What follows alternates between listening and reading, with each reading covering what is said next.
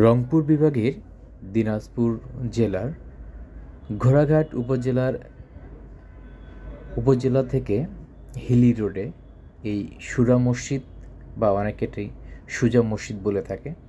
মসজিদ প্রাঙ্গণে একটি সুদীর্ঘ একটি পুকুর রয়েছে শান বাঁধাই করা, যেখানটাতে মানুষ হাত পা ধোয়া, অজু করা, গোসলের কাজ করে থাকেন। পুকুরটা কিন্তু অনেক সুন্দর, দুই ধারে আম গাছ লাগানো আছে, বিভিন্ন ফলের গাছ আছে। দূর দূরান্ত থেকে মানুষ কিন্তু আসে এই মসজিদ দর্শনে। পরে এই পুকুর পাড়ে তারা কিছুটা গাছের নিচে কিছুটা বিশ্রাম গ্রহণ করে। আর এখানে কিন্তু রয়েছে একটি রান্নাঘর বা রান্নাশালা।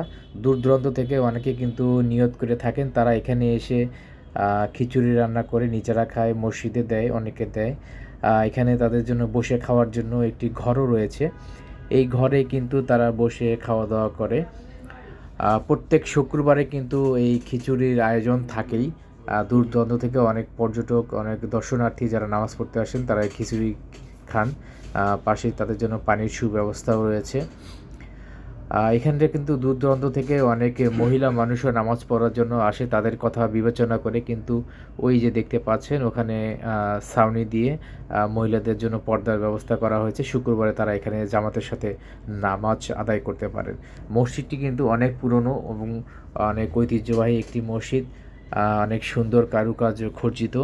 দূর দূরান্ত থেকে মানুষ কিন্তু এই মসজিদটি দেখার জন্য আসে এবং এখানে নামাজ পড়ার জন্য। বিশেষ করে শুক্রবারে কিন্তু এই চাপটা অনেক বেশি থাকে, অনেক মানুষ এখানে আসে যারা শুক্রবারে জামাতের সাথে নামাজ আদায় করার জন্য। আর অনেক মানুষ কিন্তু অনেক ধরনের নিয়ত করে থাকেন এখানে।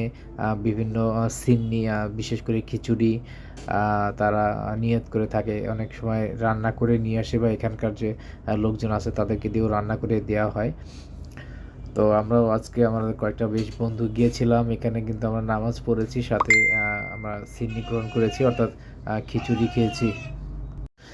দেখতেই পাচ্ছেন অনেক মানুষ কিন্তু এইখানে এসেছেন দূর দূরান্ত থেকে, অনেকে সপরিবারে, অনেকে বন্ধু বান্ধব সহ গাড়িতে করে, মোটরসাইকেলে, অটোতে করে কিন্তু তারা এসেছেন।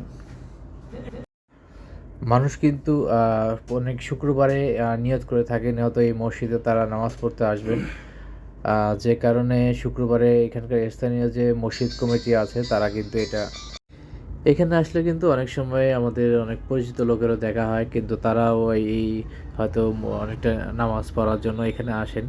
আর আমরা যখন বন্ধু আলামিনকে দেখতে পাচ্ছি, পাশে রয়েছে বন্ধু রূপক, তার পাশেই রয়েছে বন্ধু কাজী শাওন এবং পাশে তার ভার্সিটির সম্ভবত ছোট ভাই।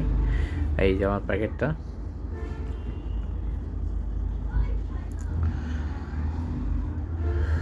খাবারটা অনেক ভালোই ছিল, আমরা সবাই খুব এনজয় করেছি। বন্ধু কামরুল কিন্তু এখনও এসে পৌঁছেনি, কাছাকাছি আছে। এই যে ফ্রেমের মধ্যে ঢুকে গেছে কামরুল, হাতের মধ্যে এই যে খিচুড়ির প্যাকেট নিয়ে চলে আসছে।